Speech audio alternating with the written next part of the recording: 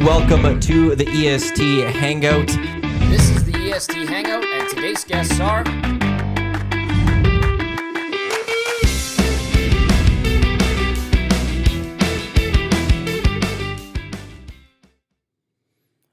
Welcome to the Hangout. Tom Gazzola, Joaquin Gage, and Lieutenant Eric with you. The Hangout brought to you by Two Hoots Hard Iced Tea, a bolder, real brewed tea.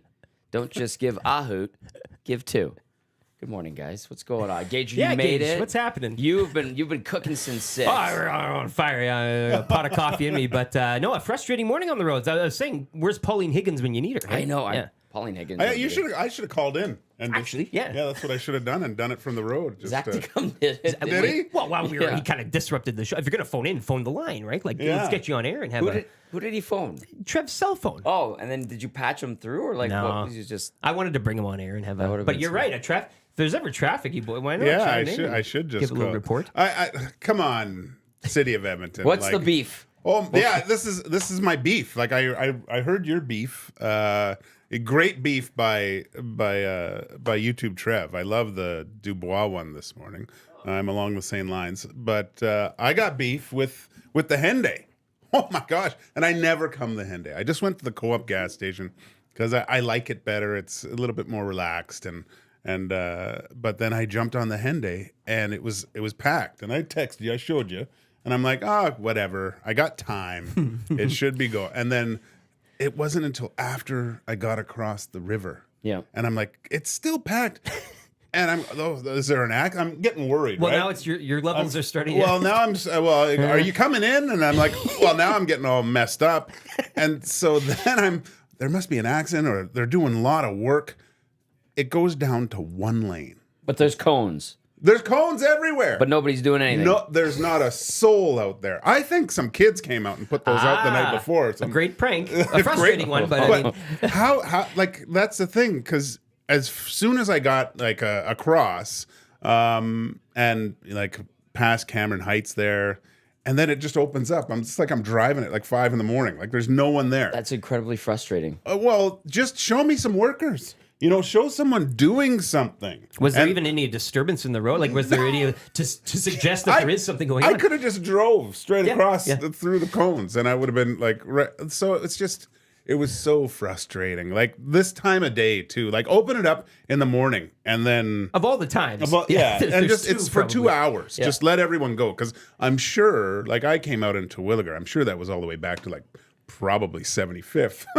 That's brutal, first of all. I know it's construction season and all of that. And we only have a certain window in our climate where construction can be done.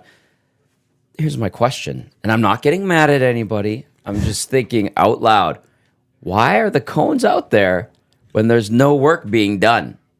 Yesterday, driving to Bell and Scona on our way to the Bids for Kids event, on what's the bridge that you go across 98th Ave and to get onto 99 Scona Road? That also had an entire lane wiped out on one side, on the left-hand side. And then after you got past that, the right-hand lane had cones that were wiped out. Little slalom. No workers. Chicane. No, it was a chicane for rush hour traffic. It was ridiculous. So I have no issue with how we have to handle our work on the roads. There's maintenance that needs to be done. Infrastructure is important. But why are the cones out there when nobody's doing diddly squat? I have a theory, and I live in a high, dense, like residential. You go in the Crescent. It's a very small street, quiet. You're not driving down there unless you live there. But they've been replacing something, a water, something, a pipe. Okay. So they had to dig a hole. That's fine. Right. The people that live on the street are older in age, and they don't like people speeding. Yeah. Even if you're doing 20, that's speeding. And you basically have to get out of your car and push it to suggest that it's going to be. So what they've done, and I swear that they've done this, there's this hole in the middle of the road, right? It's on one side. So the residential road is now trimmed down to one lane. You got to squeeze through because there's a hole. And then there's signage there. What they've done is they've moved the signs, and every day I drive through this, but they've inched it closer and closer. So now it's you're almost hitting your mirrors. You kind of got to slide your car through. The residents have done this, I think, to curb down the speeding and people speeding through. Because even when it's a fine road, they don't like people speeding. Now that there's a hole there, I think they're all worried that people are going to drive into the hole. So to curb the speeding, they're moving the signs. This morning when I drove through, the signs were moved back. Oh, really? So I think there's a war going on between the Oh. workers that show up to see it, and they're like, like- well, these signs are too tight, somebody's going to hit them. And then they move them back. And I think the residents on that street, I've noticed they move an inch to the left every single day, and that's getting tighter and tighter. And again, maybe a prank from kids. Maybe it's the... That sounds like an older residents wanting people to slow that's the what hell I'm down. getting. Yeah. And I hate the guy that's really important, and you're merging, and so you get in, and a guy goes screaming past you. Yeah. That's the obnoxious. The obnoxious guy that's really, he has to get to work. Everyone else doesn't matter.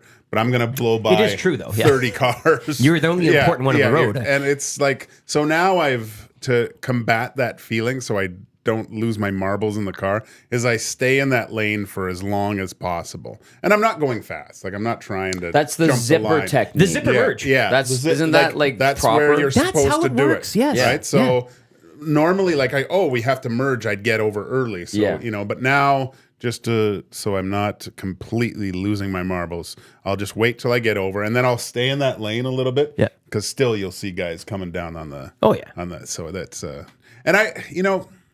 it's a good thing I played in Germany for so long, because all these people here that think they're good drivers, they're not. They're not. They're not. Awful. You're nowhere close to as good as you think you are. I remember my first initiation to the Autobahn in Germany. Ooh. I was like, oh my God, I'm a terrible driver. Like, these people are so good. They follow the rules. And so you get better, right? This is why I know I was an F1 driver at some point in my life. Yeah, it's the- but You're the second coming of Nicky Lauda. like the when construction in Germany, it's like Monaco, man. Yeah. They're right on the side. Like, I remember going like 140 through like there was no speed like limits. Yeah. I'm going 140 through this little chicane where there's not a lot of room for error. That's but it tight. was so much fun. They even zip down country roads. Yeah, There's no... yeah. I was on a farm. I'm a holy... Yeah, Like, yeah, yeah. and people drive, you go on gravel roads or whatever. There's no rules, but there's no fear. Yeah. Like, there's a confidence of just, Formula One-esque. In the last week, coming to and from the station, taking the traffic circle on 107th and 142nd, I have seen like 5 near misses, all by stupid people. You could charge money to watch a traffic circle. Oh, it's awful. Yeah, The outside lane. You get out either right away or the Yeah. second exit. You cannot continue going. on and cut off people in the inside Clark lane. Griswold, Big Ben, Parliament. Let me off. It's unreal. I'm just like, oh, that's gonna be an accident. Oh, Great viewing if you're not directly involved. Right. Like, I Pull up a lawn chair. And it is very confusing. I'm serious. You could set up a lemonade stand and have an afternoon there. I mean, it's... Okay, we got some text coming in 780-218-9999. Paris Jewelers inbox. Of course, you can get into the nasty chat. If you're watching on YouTube, it is the Hangout, Gazzola, Gage, and LTE. Rick sticking with us for a bit, which we appreciate. I'm doing Thank it you. all today. You're doing, man. I'm doing every show today. You've got the collared and shirt. I'm going to go in Iwanek's office and order a bunch of stuff we don't need. That's perfect. I'm completing the right. Business Rick. I love it. Okay, here's a text, guys. First time texter, thank you. The city of Edmonton has all the signs and cones. The construction company working on the project sets up the date. Okay, I get it, but Communication. why can we not align these? Perhaps.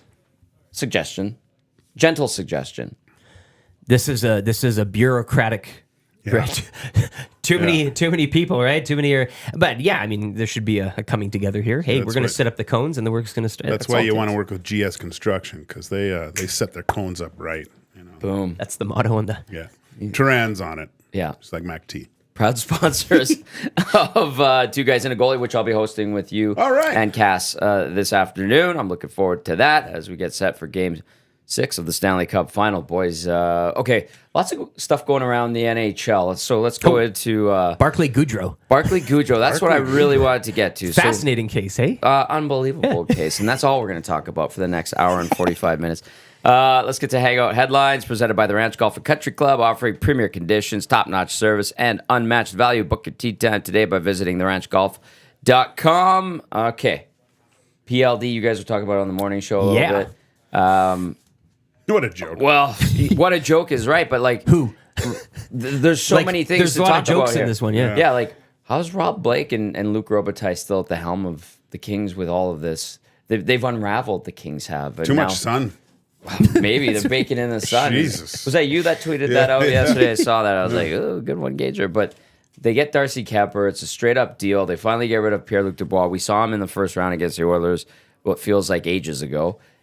Ineffective. Got his way with the contract and getting to go to a sexy destination out of Winnipeg to the Kings, and all of a sudden he's on his way to DC. Great spot, but it's not him in control anymore. Do you guys think that, even though he had a bad regular season, that he was kind of the biggest question mark going into the series against the Oilers? Like, I was worried that he could he pop? Yeah. Maybe something, yeah. If he popped, and then all of a sudden, oh my gosh, how are they going to handle these three beasts down the middle? I was worried about what that would mean for the Oilers if he performed, but man, he had like 2 good shifts. Yeah. Scored that really ugly goal, I think, in game 1. Oh, fluky kind of off. Yeah.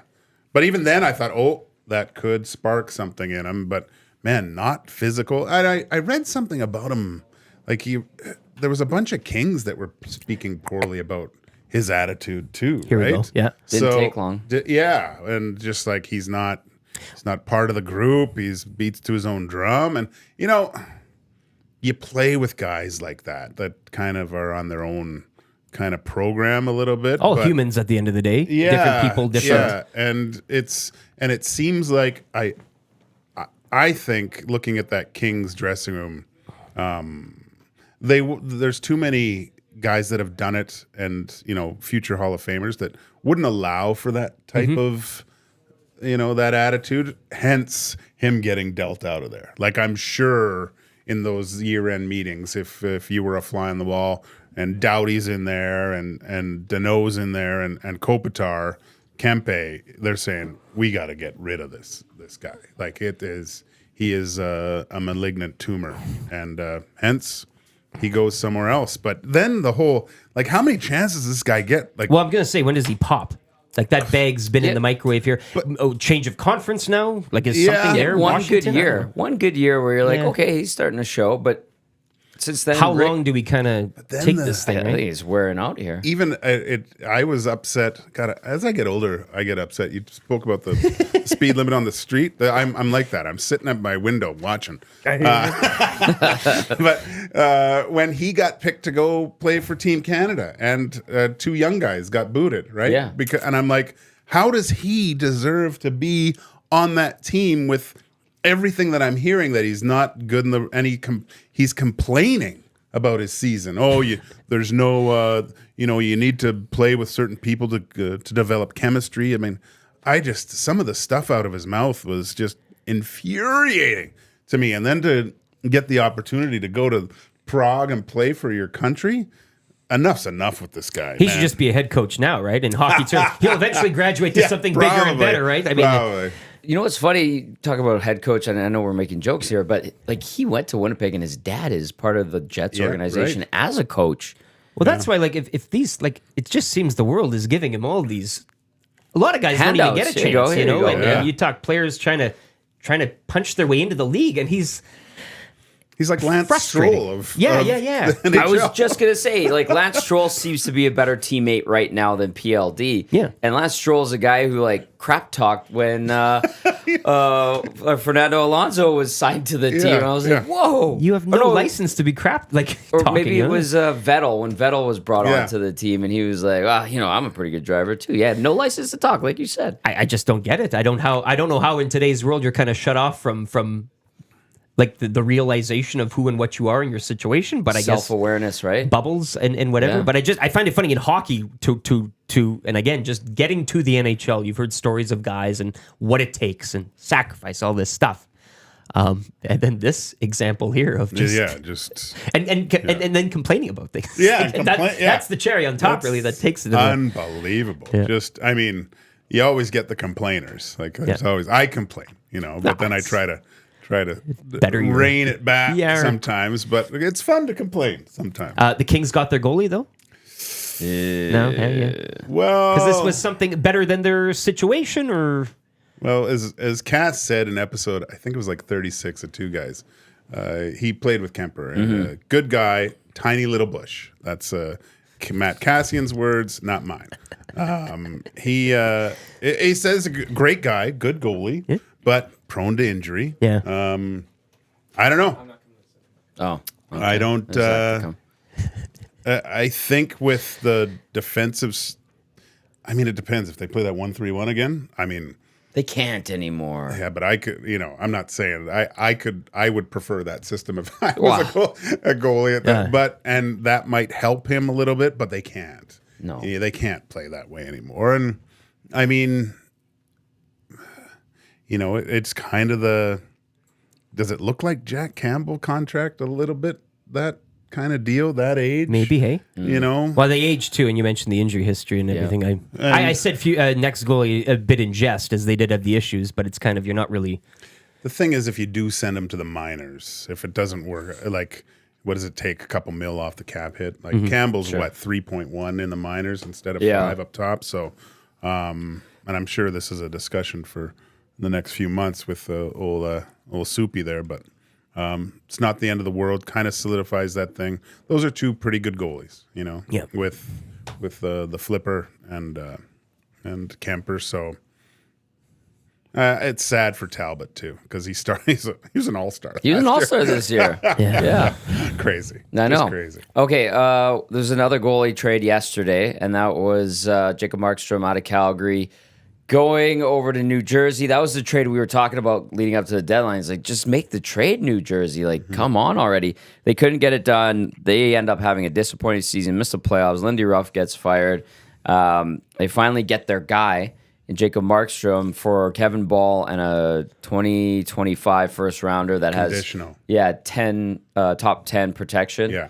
Which, okay. So there's a few things here. Like, can you trust a 34-year-old Jacob Markstrom for the next 3 or 4 years? Is he going to be the guy? Is he going to bounce back? And then the other thing, too, is if you're the Flames, what is your team now? What is Craig Conroy trying to accomplish? Is it Dan Vladar and Dustin Wolf? That's how you go forward. There's so many elements to this trade and these teams now. Where do you look at it? How do you see it? Retool or rebuild for the Flames? No, rebuild, right? It's they still want to keep on that retooling type of mantra, but they're no good. This is a signal to. I mean, this is your and two. And I don't know. You guys would probably have a little more on this, but the Leafs needed a goalie too. And I find it funny that Keefe now in New Jersey, the guy that they jettisoned in that head coach position, is now welcoming in a Markstrom to what they need. But it's a slim market. The Devils made their move and they had to do it. I do find it funny that the Leafs are still without and wanting in that position. Yeah. And the Flames, I mean, you mentioned, I can't speak too much on Kevin Ball, but there's something there, maybe perhaps in a rebuild guy. or a retooling. So yeah. Yeah. As I was looking for hard hats and safety vests on my way here this morning, I was pondering this idea, and it's with Markstrom. I think it solidifies them, like New Jersey, a little bit. But he kind of what really struck me is all these people wanting out of Calgary. Yeah. Like you look back to maybe 10, 15 years ago, and Calgary would always talk about Edmonton as a undesirable location for and I mean, it was across the league. Like, why would you want to come to Edmonton and play? And now I think that stigma has really, I mean, it's hard to play here. It is difficult because it is, what have you done for me lately with fans, media, everything? But saying that, it's such a polarizing city where you have one good game and you're the talk of the town and start the Order of the Rings. Where's the parade going? So there's good and bad at playing here. But it's just it struck me now is how many guys want out of Calgary. Where Calgary's a good city, like it's a really nice city. But does this also align? I mean, we talk about arenas and stuff in terms of, I mean, what 2028 is when that's going to be all. I remember when they brought like Huberdeau in there and that was great, and they were just like, wow. A lot of the general public was saying that too. I was like, I mean, I hate to say it, but you could go to the Terwilliger Rec Center, and some of the dressing rooms are nicer in there. So, Silent Ice, the new Silent Ice Center, blows it out of the water. So it's time for something new in Calgary. It was it served its purpose. Yeah, it's the players' home. That has to. I mean, you talk markets and fan bases, but when you're spending half your time in that in that rink. You go It's into rough. the Oilers room, like that's a drawing. I look like University of North Dakota, Yeah. not it's not a thriving metropolis, not a lot to do around there. Yeah. You go into their facility, That's- it rivals the top training facilities for any professional athlete in there. And that's the draw. That's why they get guys in there. You see Oilers kind of on the Oilers, like on their kind of feed, or they show pictures their lounge and how you can go. And I mean, it's one of the most exciting places to go. Sometimes is you go into the room, players' lounge, sit around and kind of have what we have here, just a little hangout and talk and grab a bite to eat. It's awesome, and to have that that builds your mojo, you're the character of the team. Yeah. Guys wanting to hang out, that nice little where everyone knows your name. Better than a room with like a dangly light and mold or whatever, like, that type of thing. Like this is, you feel like you're around a professionalism. That Flames dressing room is just, it's not. I loved it. I loved it. I know It's rough. Like I was there 2 years ago for that playoff series, and I just listen. Like I was lucky enough to travel around the National Hockey League, and there's some beautiful, beautiful buildings. And I'm in there, and I'm in their locker room. And I was just like, like put some money into it. Like this is. Put some money into it. I don't I like old places. Yeah. I everybody likes the new, and there's something to be said. But I do like investing a bit. If that place has a sentimental or historic value, I mean, hell, get a grant. Yeah. I don't know, get Right, turned into a historic site or so, whatever you got to do. But I mean, the flood, obviously, that place is being it's popsicle sticks right now and tape, pretty much. That's it's duct tape. They're speaking of that. I'm glad you brought it up. Is like there's literal chunks of the concrete falling off the side, and they have to put like steel mesh around it to hold it up. Oh, I love it. And then the Steel roof, mesh. they have to send up engineers when it snows really bad, because of the roof structure and having the saddle like. And I know, like you said, the new rink's coming down the line. Talking to Patty Steinberg, I'm like, what have they done for the new arena? He's like, well, the infrastructure's in there, the sewage lines, power, and all that. They haven't really dug in yet. But I remember the anthem for, I think it was game one, and I'm standing in that old rickety press box up at the Saddle Dome, and I'm like, this place sucks. This is brutal. I'm like, right now, I would take Rexall Place over this. Well, easily. the Oilers room I remember going in there, and this was years later for the final game, right? After the game we went, and I didn't even recognize the room anymore. It was completely different. Like I didn't know, like, because you go in this way, that way, and I was like, holy smokes, they gutted it, and put in completely different 10 million or something. like that. it was gorgeous in there, right? So at least it was something. I'll say this about Rexall Place, and the crew at Northlands did a great job to maintain what they were given to work with. Sure. And I know, Rexall Sports and then OEG wanted to get out of there, build a new arena, which is fantastic now. But even though it wasn't aesthetically pleasing to the eye, it was functional. Yeah. And everything you needed was there, and they maintained it really well. Now, you'd have problems because it was a 40-year-old building, but they did everything they could. But it was to a fix hockey it. rink more so than. And again, concert money. I get all that. The entertainment aspect is a huge part of it. Yeah. But I mean, football, baseball, hockey, whatever. I want to go to a place that's like geared and designed for that noise, the sightline, the sound, the whole bit. Yeah. And you can't. I don't know. I don't mind reinvesting a little chunk of change into that if need be. I get the direction here, but I'm a sucker for those old places, man. I respect that. Yeah. And there's ways to maintain. Like you look at like Wrigley Field, Fenway. The layers of paint on those poles. I mean, are just thick. But hey, that's the stories echo through there. Just Wrigley, exactly. The stories echo through the aesthetic. It looks the same. If you're watching on TV, you're like, oh, that wall's been there for 100 years. Yeah. Well, it's been fixed up, obviously. They have the poison ivy in the outfield. And then the other thing, I was watching this going into the last baseball season. They literally bought all the land, most of the land around Wrigley Field. And on the one side, they have Wrigleyville. They built a new offices. And then they tunneled underneath. They ripped up all the old locker rooms and stuff. They tunneled underneath, and they built this tunnel into the new offices. And in the new offices is a monster locker room with all the training facilities. And then on top of it, they have all the offices and everything. Wow. And then in between the ballpark and this new office and locker room is like a park where kids can play. And then there's like bars and restaurants and all that. So the engineering behind it is unbelievable. Oh, yeah. You still have the old ballpark, but yeah, you're not getting in the same. You're not dressing in the same locker room and the same stall as Fergie Jenkins was in the middle '60s and early '70s. Like, yeah, they've had to upgrade that, but you go in there and it's the same 34,000 seats. They've redone them and it looks the same, but yeah, the player amenities are completely different. Same with Fenway. But you're around the world. You want to go to Wrigley. If it was two Hoots field at whatever, and nice and new and everything, it just doesn't. It's Wrigley. It's Fenway. These are tourist destinations that you want to get off a bucket list. And it's still those It's genuinely those ballparks. Yeah. But the underground and all that. I don't mind the investment. I'm there for it. I'm That there gets for the it. players too. That like I remember Kevin Lowe talking about the new arena and stuff and plans, and he was saying how they had grandiose ideas, but I think a few NFL teams have actually done this. Is actual daycares built into the facility. That's too. smart. Ooh. So my wife works at True Blue Swim Club, right? So, and I think there's a few like Hyman and CC, and I think Kulak's kids go swim there.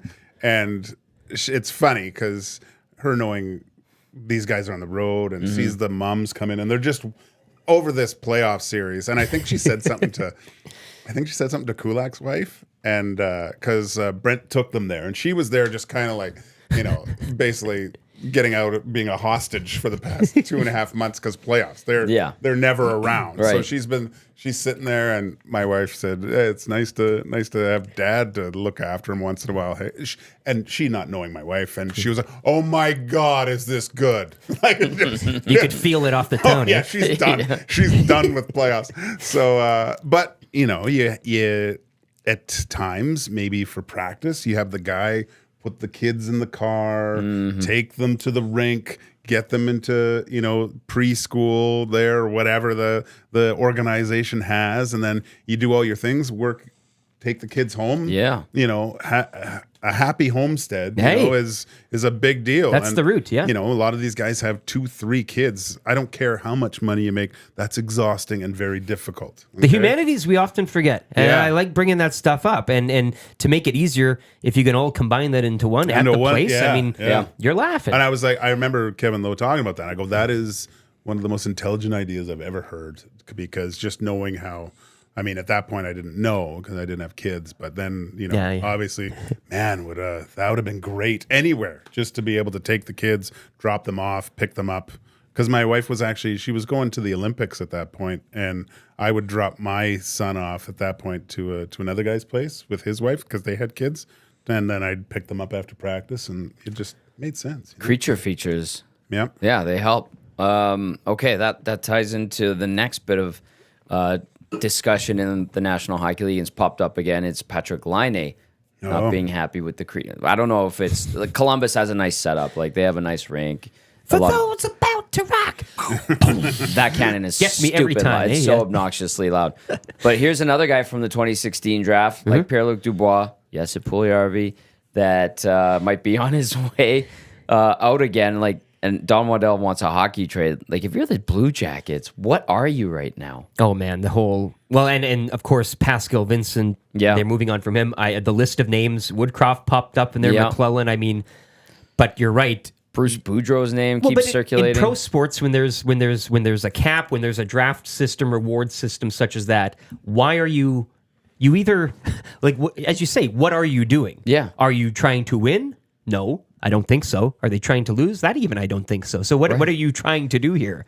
Stuck in neutral. Yeah, and I guess we can talk about Babcock, we can talk about all the things in that organization, Kekalainen and what he hasn't done, or what he didn't do while he was there. It's bizarre, but to me, college town, they have a fan base. Dusty knows a fan here. It's a good hockey market. It's a sleeping giant in a sense. Maybe it's too strong of a word, but you could they've never had anything in terms of success. They had that one series, I think. Yeah, they beat Tampa the one year. Who's the player that's from there that plays there? Jack Roslovic. Yeah, and there's talk of him maybe being moved up. That's tough. That's a killer. I don't get it because it is nice. It is nice.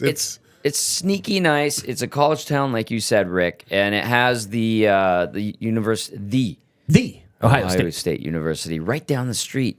It's fun and they you don't need to compete with that either. You can. No, They love hockey there. Yep. They want the Blue Jackets to be good. It's not a bad hockey market. Yep. They had sellouts when the team had like a 10-game stretch where it won 1 or 2 games, and they sold out 7 of 10 of those home games.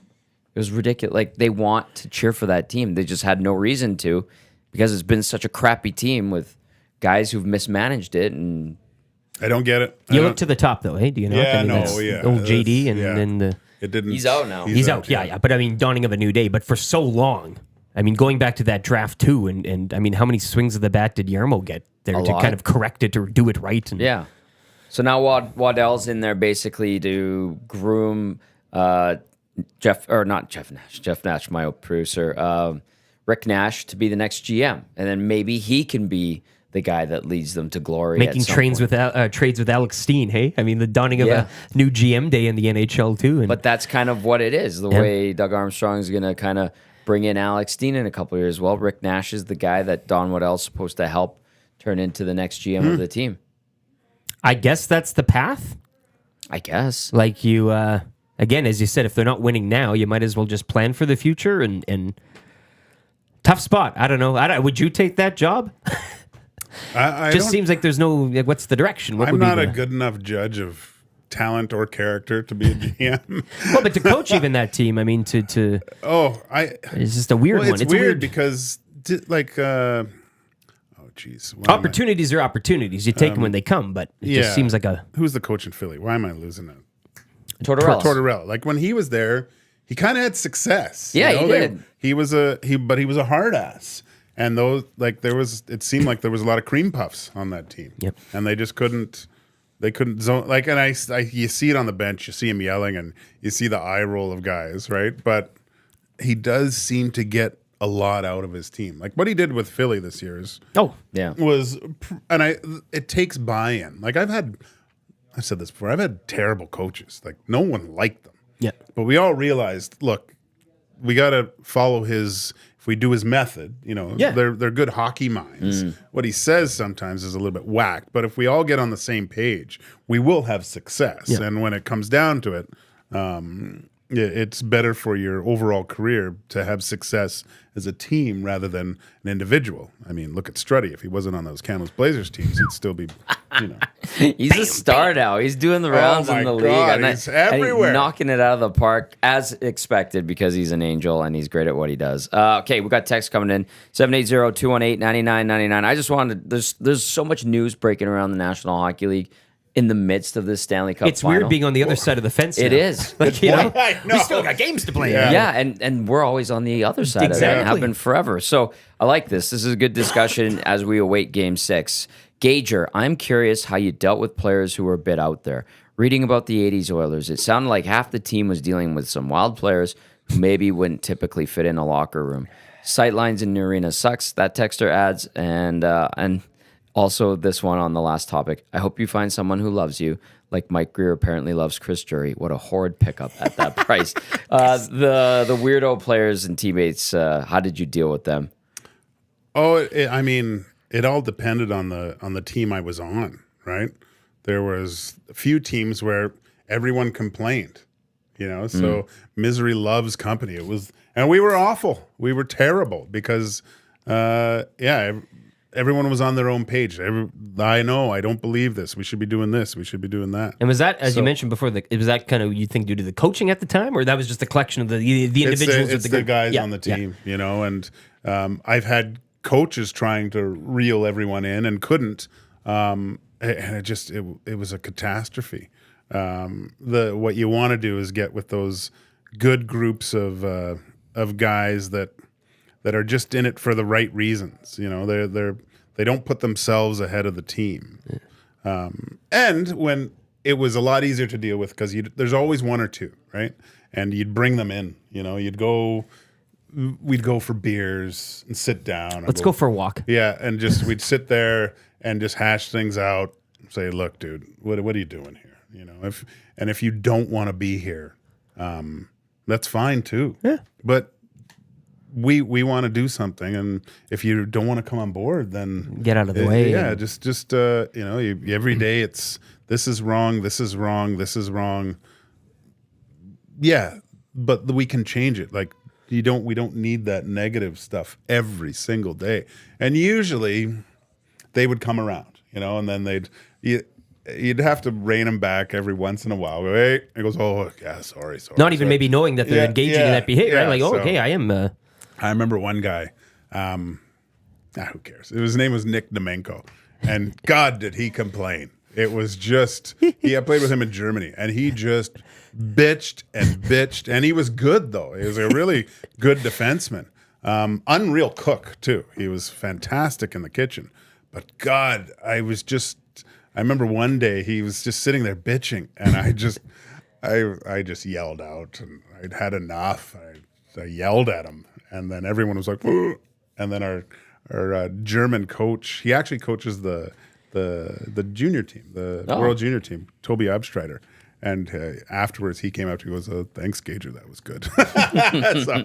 Then me and Toby went and drank about 18 Hefeweizens and just complained about him. Yeah, we complained about him. That's bonding, man. That's bonding. Yeah. Thank you to Aiden and others who reminded me that Jack Roslovic had been traded at the deadline this year to New York. So, and that's a Columbus guy. Got traded from Winnipeg to Columbus, and it was like a the point homecoming. again we were making. Yeah, and I knew he was on the block. I forgot he got traded. My bad. Totally my bad. I'll own that one for sure. But that's a sign. Like, this is a guy that should be the poster boy for that team, that city. It can be done. The hockey programs in Columbus and Ohio. Nope. I'd like to get, it'd be tough for Jody Shelley because he does the whole, He lives there now. He lives there now. He's a big part of the community. I knew him a lot more back in the day and stuff. I haven't seen him around. He's from here. He's good friends here. with Cooper. Yeah, he's friends with Coop.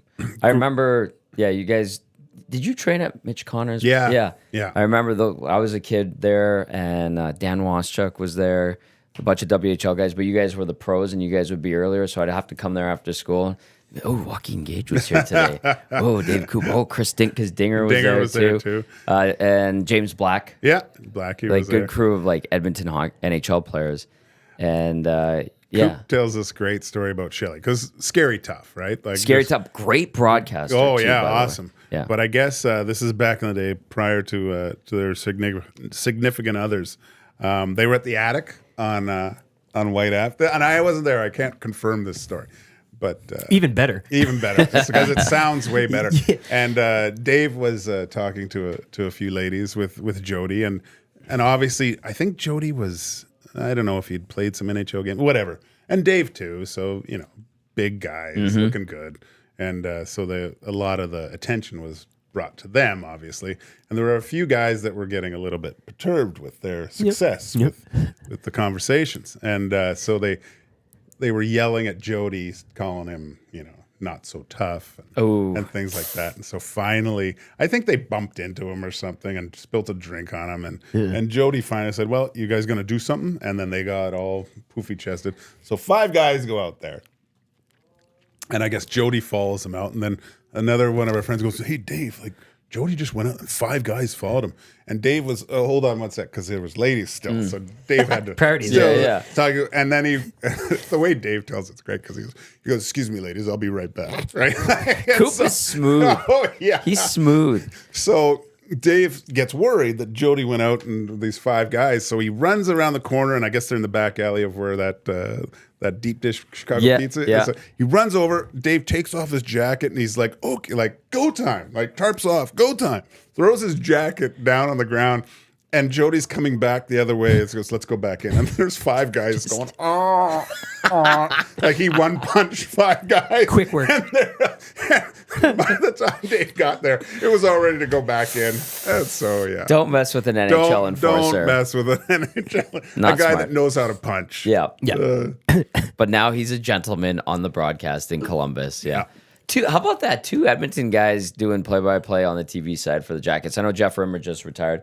I think, are they Saskatchewan? Maybe Saskatchewan originally, but with Edmonton ties, which is cool. And then Shelley lives out there now. Yep. So, again, it's like, what the hell is happening in Columbus? And frustrating for fans to see Bobrovsky in a cup final, of all people, with a market like Florida. And no offense to all 6 Panthers fans out there, right? But hey, they sold out that arena. I know, and they're a little older of a franchise, but in terms of it, we've just been talking about Columbus in the market there. I would suggest that probably a little more better of a hockey town than the Fort Lauderdale Sunrise area, to which, Well, even Stoff was talking about how much they have to put into to get everyone fired up. Like, it's just like, well, the Jack Nicklaus on the drum, I'm sorry, but that don't get me going.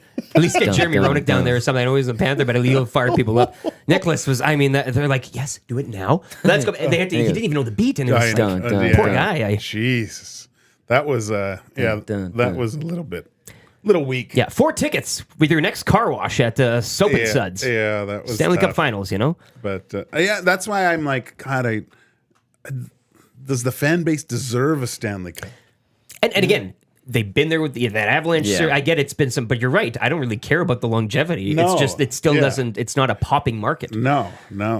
Or deserve it of. And for a Columbus fan to watch Bobrovsky down there doing all that, that's gotta. Well, there's a lot of Russians down there. I mean, That's Crepe and Versace. Hang out after hours. Maybe we can get into that. Yeah.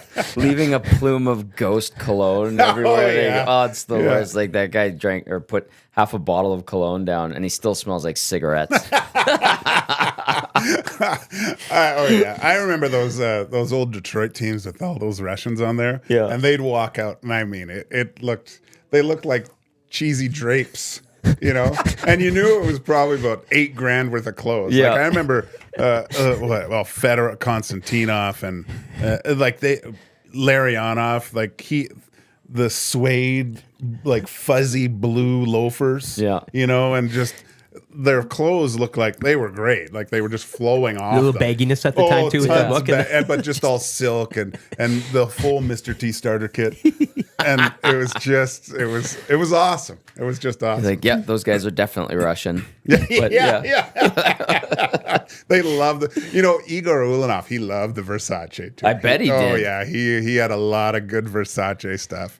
And Dan Cleary was so funny. I loved his nickname was Sea Bear, and he was my roommate. And he was just hilarious. And he always liked the nice stuff. Okay. And so he'd always go up to Igor and goes, he'd just touch touch Versace. Oh God, I miss that guy. He was awesome. Okay, so a buddy of mine told me a story. He was a few years older, and so he was able to go to the bars.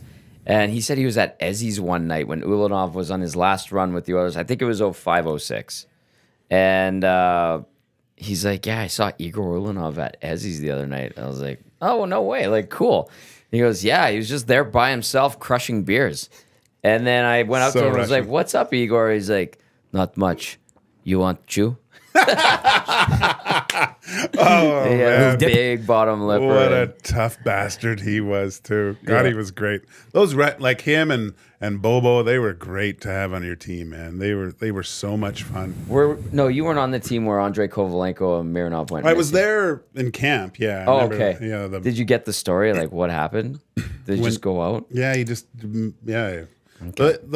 Some of those guys, from stories I heard, even back in the day on Russian teams, like they would have to go to a facility before the game, like a dormitory, because sometimes they'd go out and they wouldn't come back for 3 days. Like, Oh my God. that there's that one scene in the Bourne Supremacy, I think it is, where the Russian hitman is sitting in the bar, like the Russian bar, and then he goes, and the guy comes, "Where have you been?" And he walks out of the bar, and you're thinking, and it's daytime, and it's just rocking in that. But I think that's what happens, right? They just Time doesn't exist, and you contract in pencil.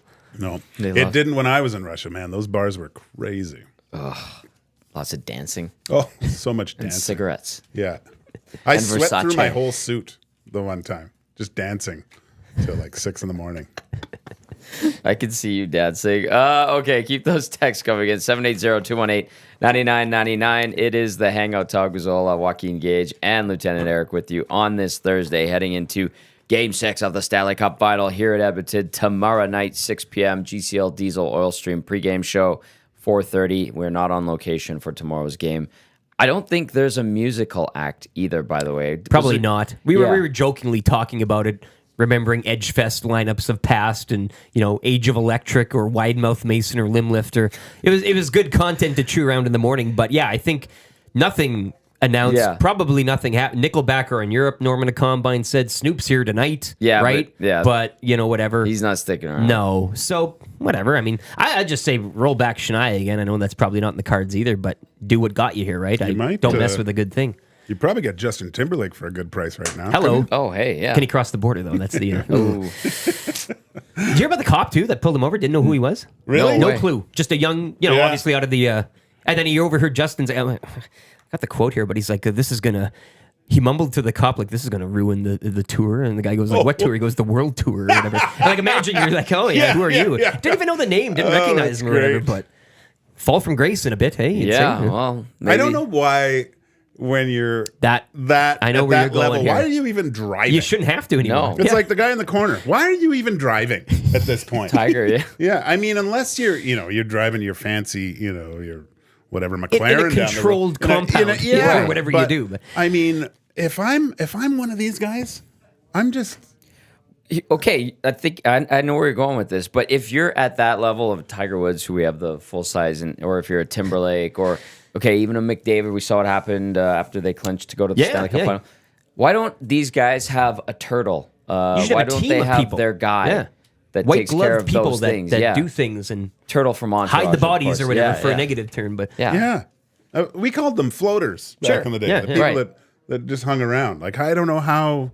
Like Connor, I know you're watching. Like just you need some beers. One of us will grab it. that was you know? odd. That was odd. post game. I love the whole workmanship of it all. Like Yeah. he's tough day at work, and I'm going to go grab some beers You know from the what? liquor I store. but respect that. The you only can't. thing where it would have been great if he had a 6 o'clock or lager. Oh, that would've I was waiting for it. Oh, that would Or have even been great. Lauren holding, like, the Lauren whole- holding yeah. the. Here you go. Put that in.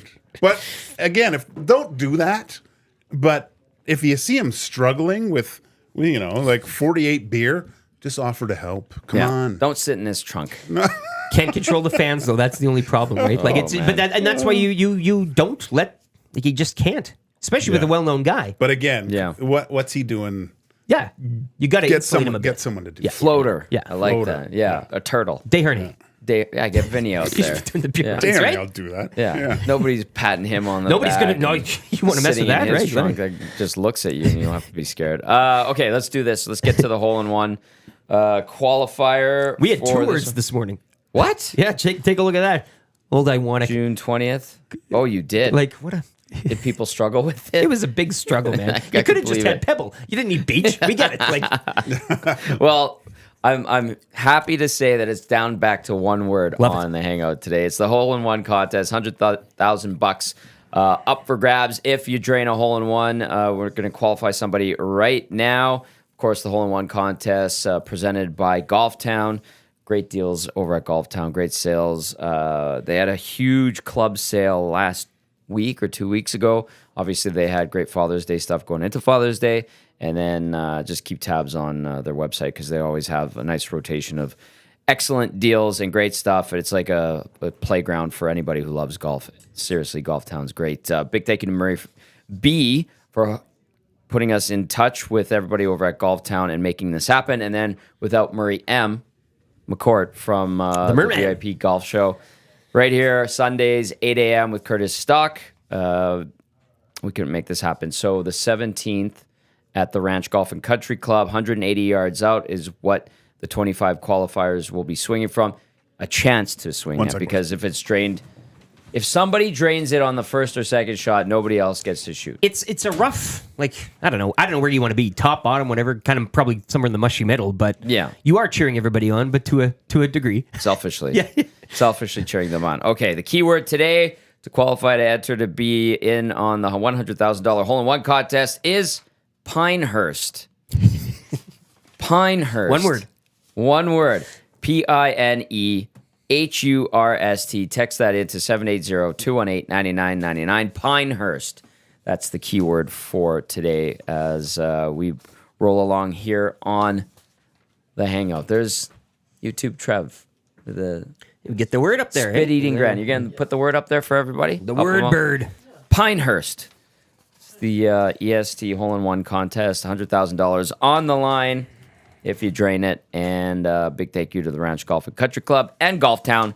Murray B over at Golf Town and Murray McCourt over at That was the loudest one yet. Country Club. Decibel level. You off know the chart. about this I know. thing. All right. Pinehurst is the key word. Oh, nice. 780-218-9999. All right. We roll along here. On the Hangout, and Goudreau. Goudreau. Barkley Goudreau. No, I don't care. Not Barkley Goudreau. Quickly, Copa America and Euros. Can we nobody get cares. an update? Yeah. Quickly. Iwonics down there. Canada play Argentina tonight. That's like the Whoa. biggest game in Canadian soccer history. Yeah, I guess. Outside of the the women's gold medal. Yeah. This Yeah. is a big one, so it should be interesting. Yeah. Taking on the best player in the world. On the men's World Cup side, this champs. is the biggest one ever. Yeah. Right. All right. Good. A lot of people got it right. Pinehurst is the key word today. Keep those texts coming in 780-218-9999.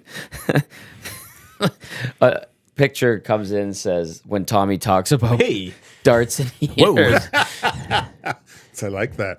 It's an old that. guy from the 70s, shirtless, hairy chest, bad 70s haircut with a dart in his mouth, Classic look. lighting it up.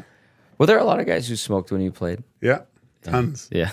My first pro game, I think I've told Mark LaForest, old goalie for the Okay. Leafs. Yeah. He was with the St. John's Maple Leafs at that time. So I was out kind of getting my stick, like doing my thing to my stick. So, we had to shave him down back then. And I looked down and I see this guy and I thought he was a rink worker, but then he had pads on and no shirt, belly, like There you go. belly to the top of his knees and smoking a dart. And I looked over him and I was like, and like I was just, I'm shocked. And he goes, "You playing tonight?" I was like, because I had a goalie stick. I go, "Yeah." He goes, and he's like, took another, and like, "Good luck, kid." And then I was like, I ran back into my dressing room at that point. Like this guy, and he was unreal that Really? night. Oh Oh. yeah, he was good. Seems like the guy that would eat the smoke. Like, not even an exhale. Like, But the just swallows it. the fact that he was half dressed, like he had his skates were on, his pads were on, no shirt, like looked like a pear, and smoking before the game. I knew I was out of my depth a little bit at that point. Welcome But, to the league. Sports science be damned. Hey? But everyone did, man. I like you'd go like I remember Roman Oksuda's room. You'd walk in there and he'd be like, "Roman, you in here?" And like just mounds and mounds of butts, just in not all dishes and the little glasses Yeah. in hotel rooms. Those would be full Yeah, of just- butts and stuff. It was just crazy. Tar sliding down the walls. And there was the one guy. I'll tell you this story after. I can't. It's tell that not one. fit Yeah, for air. Roman Oksuda, was it you that told the story? He called himself up. Yeah, he called himself up in Rochester. It was that lockout year. They had just gone back. Yeah. And Roman was gone, and we just figured this is where you start hearing the stories of Russians just disappearing. Yeah. Oh, he's probably on a bender. That's where we thought he was. But yeah, he called himself up to back up to the Oilers. Met them on the road somewhere with all his gear. Like that was the thing. He took all his gear. So Yeah. the trainers were like, "Where is he? Did he go home?" And he thought, and he was, I'm good now, boys. I'm ready to play in the National Hockey League. And I mean, what a talent! Like he was He was good. unbelievable. Like I played with so many great hockey players that you'll never know their names, but they just couldn't put it all together. Like he would just dance like Connor McDavid type of stuff, right? He'd go through the whole team and score, and then just and then basically just go to the bench, no emotion or whatever and stuff. He got traded for Yuri Slager, I think. Yeah, And then he played a couple of years with the Canucks. And I always used to think, what a funny name, Roman Oksuda. And that was the Zdeno Seagar. Like, Yeah. You played with Zdeno Seagar. Yeah. What was his deal? he was good. He was just a quiet Czech, or was he Slovak? He scored 30. Well, he played with Dougie, but he had a really good shot and stuff. But Seager was a really good hockey Terrible helmet. player. Oh yeah, that Bubble Jofa. Yeah, what's that guy on the Flintstones, Mr. Gazoo or whatever? Yeah, I know what Great you're Gazoo. talking about there. Yeah, just the big bubble. It looked like the helmet that NFL players are wearing, like the The protector cover shield. Yeah. So just this. I remember him. He was good. Baggio texting in says, I don't feel bad at all for the Flames. They have mocked the Oilers for years, deservedly so at times. Yeah. They are not untouchable or this prestige organization that is the essence of the NHL. Signed, Baggio. That's well, I think the best thing that they can do is they're kind of pushing Jerome into more of a centerpiece of that organization, right? I think Do you like that? I do, because it's as a young, I mean, he's still relevant enough for people to remember him, of what a type of player he was. And same with Conroy. Like he was a great player too. Complemented Jerome quite well, right? But I think you need some of that right Charisma? now. Yeah. Both of those guys are pretty charismatic. Yeah. Conroy say. tells that great story of when he first got called up and played with Iginla, and Conroy was kind of meat and potatoes guy, right? So he got the puck and dumped in the corner, and they got off the bench, and Iggy was sitting beside him. He goes, "Hey, what are you doing there?" And he goes, "So I just dumped the puck." He goes, "No. We carry the puck in. We're here to score goals. We're not grinding."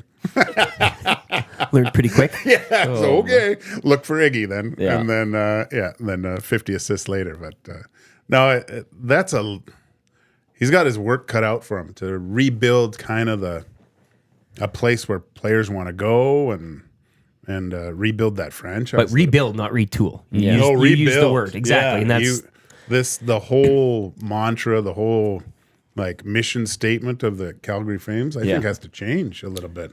And yes, they've stripped some of it down to the studs, but you still have Huberdeau. That's gonna kill you. And you still have Kadri's been good. That's the one bright side. Is like, they gave him a nice contract, but he's been good at least. Yeah. They've got Weegar locked in for a bit. Rasmus Anderson, as much of a rat he is to deal with, he's an effective defenseman. But Who's that young Rush? Is it a Sliv? Oh, yeah. Yeah. Long syllable name. Starts with an S. He came from New Jersey, didn't he? With the not Pavel Dorofeyev. He's Sharangovich? from Vegas. Yeah, Something along Sharon that. Govich. that guy Igor is a Sharangovich. whale. Like he is going to be really, really good. So there's definitely pieces that, But for the future, in a sense, not necessarily the. and I like the Present. like. It's going to be like is it Dustin Wolf? Yep. Dustin Wolf. Good goal. There's something there. I just worry that putting him in and at this point, will it ruin him because he's going to be counted upon? You and I watched him, and I asked you some things about him, and you're like, he's getting beat up high. They listed him at 6 feet tall, but No, he's not. Generous. yeah, very generous. I mean, 5'12". I think you can 5'12".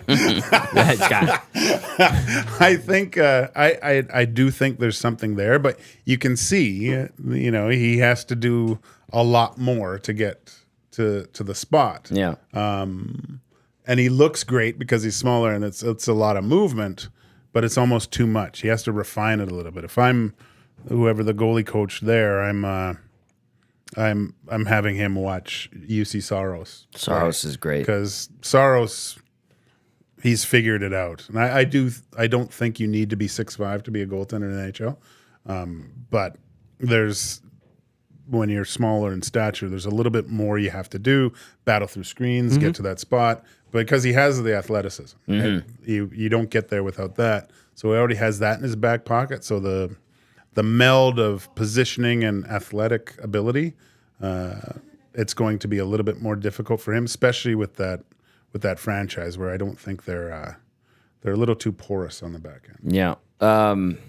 Saros might be on the move, as Allmark might be on the move as well. It's crazy, like these really good star goaltenders might be moving, and it's just because they have another guy like Askarov's almost ready or is ready in Nashville, and then Swayman in Boston. But that seems like such a good thing. If you're Boston, wouldn't you want to hang on to Allmark, or do you just is one of those, hey, we need an asset for an asset type of thing? Yeah.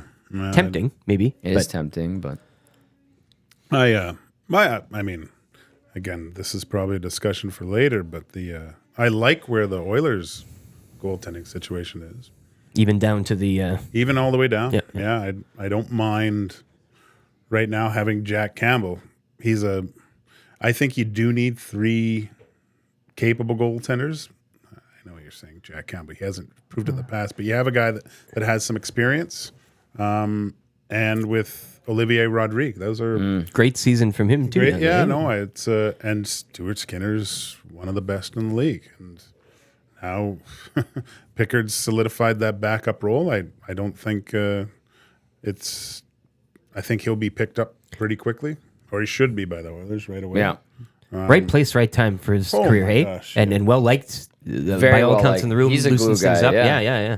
Yeah, he's and that relationship seems like it's quite good, and being able to put a guy in when need be, that was kind of the thing missing. I think Yeah. at the beginning of the year a little bit, right? I mean, granted, Even they weren't- knowing that the option's there. Yeah. Not necessarily that you have to use it, but Yeah. the yeah. I've Stuart got a Skinner. question. I've got a question. This is more of like, because we're closing in on the end of the actual hockey season here. Obviously, we got a game tomorrow. Could be one on Monday, and that's it for the season in the NHL. Then it's the not the All-Star. It's going to be the awards in Vegas, and then the draft next week. Next week, we're 10 days away from July here. free agent frenzy. Free agent frenzy is another thing that's going to be a big deal, obviously.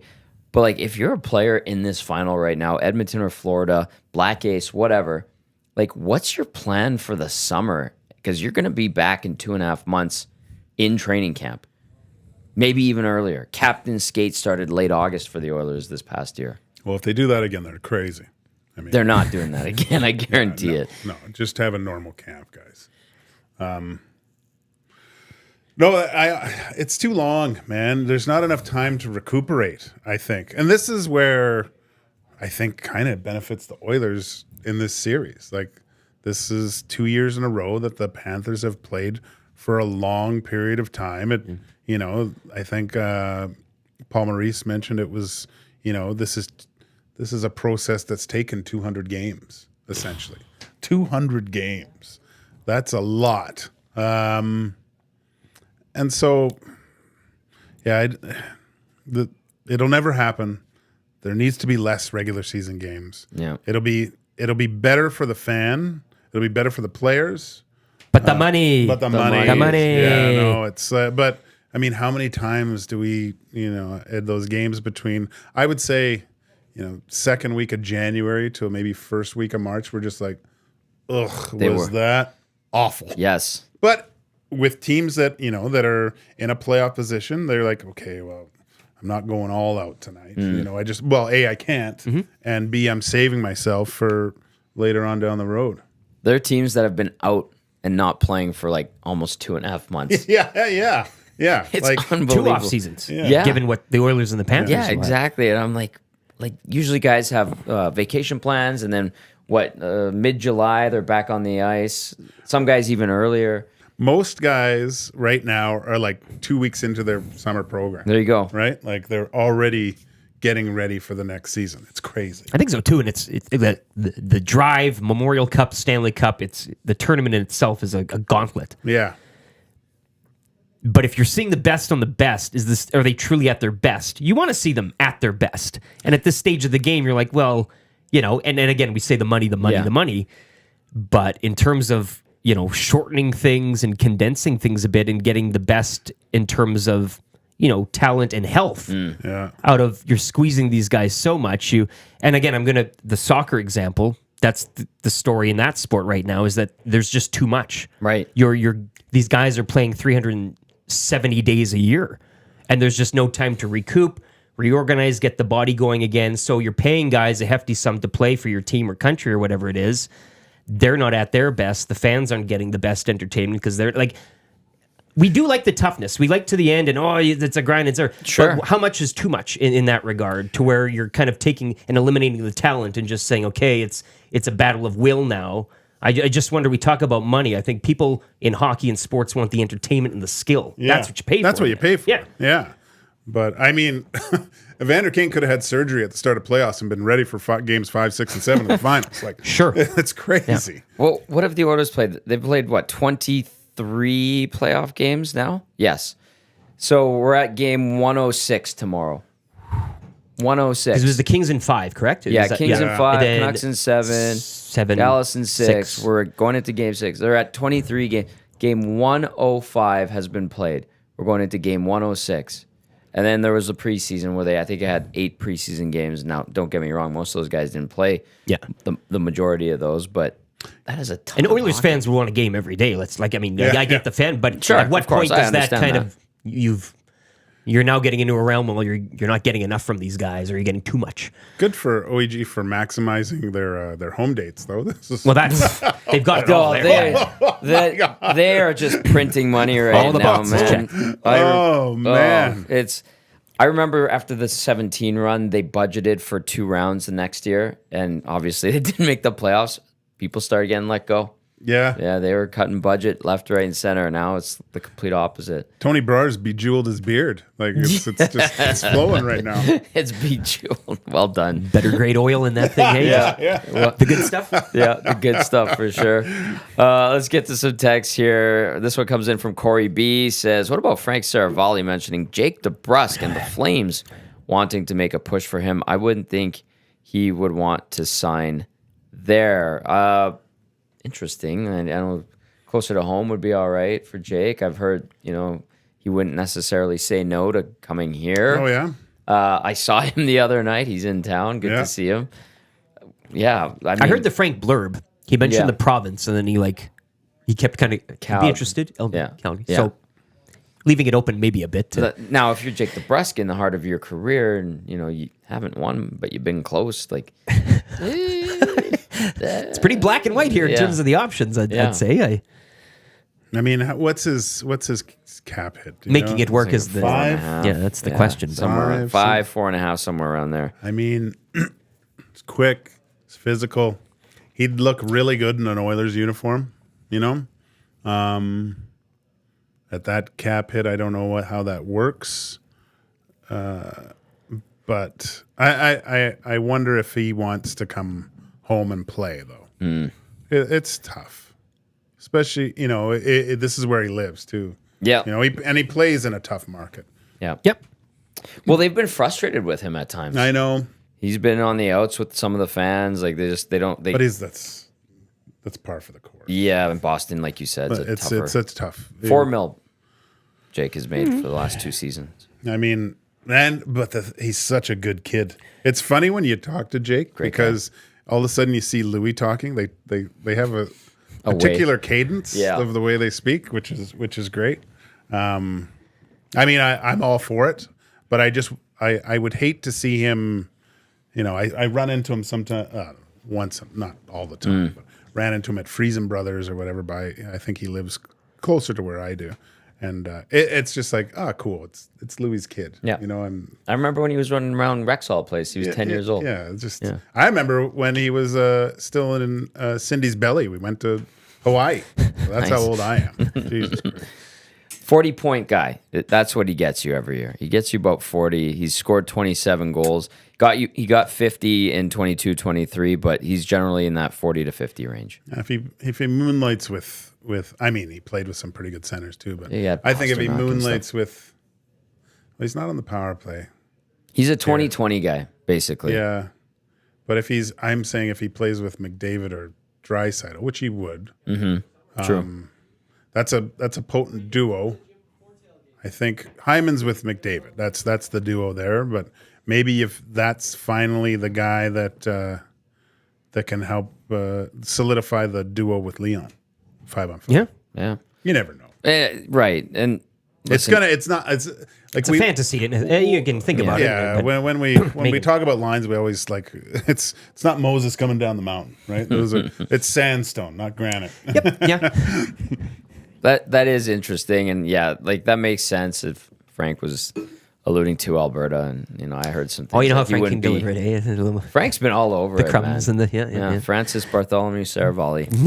Seen him in the press box a few times. I can't stand how these guys are complaining right now, though. Oh, so long. God. You just do what Wino does and get an Airbnb in Edmonton. Wino does it right. Hey, He was he's, out again he's a man last about night. town. I Yeah, love it. he is. He knows all of. Well, DVD at 11 o'clock texts me. He goes, "Hey, I just landed.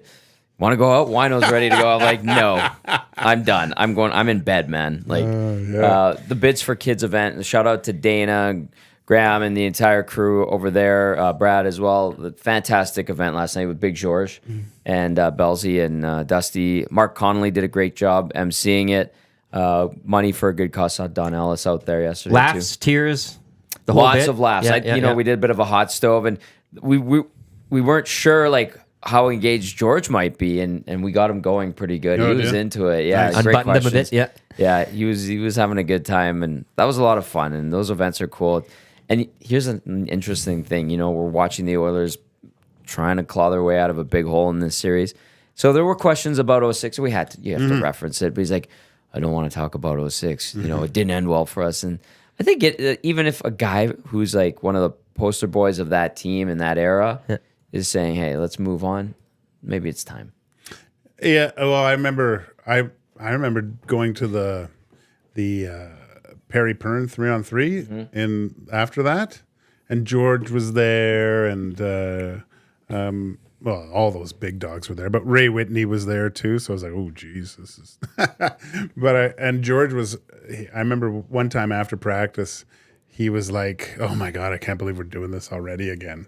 That was. It's a long time, and then getting ready for the season, and he goes, "I'd rather just get knocked out in the first round than do what we did because it's it's so heartbreaking. Why wait? It's in the moment, it just feels like a waste of time. Yeah. Because, and I can completely understand. It's probably not till later, and obviously even more later than George right now. But you don't realize what an accomplishment it is to do what they did, get to a game 7. Through all that stuff. So, it's funny because I looked at game 4 as, for Oilers fans, as their kind of Stanley Cup, because I still feel I'm not very optimistic they can still get. It's just so hard. It's a hard task to beat that Florida team 4 games in a row. This next game is going to be extreme. It just gets more and more difficult, more and more difficult. But man, I don't know. But it is nice to kind of cleanse the 06 taste from your mouth. Right. I mean, that was your last taste. That was a great. Yeah, and you have to kind of talk. Like, I mean, White Avenue, all the stuff that went along, and however this turns out in the end. I mean, I told people yesterday on the show after 2 shots of the birdie juice. You guys and were feeling good. I was flying, and I had what am I missing? I had a cold and sinus pill as well. I was getting going, but and it's tough to say now, and nobody wants to hear it. But you kind of have to you have to just touch some grass and realize what is. And you mentioned a lot of guys don't ever in a career get to this point. And from a fan's point of view, you're fanning. Just live the ups. I mean, cry with the bottoms too. That's part of the process. But realize that this is a time that you haven't had since 06. Yeah, and tomorrow's not guaranteed either. So love it, live it. I think the storylines during this run have been absolutely great, just in terms of the players, fans, Shania, all this stuff kind of going around. Like, and you still talk about things from 06, even though it didn't end well.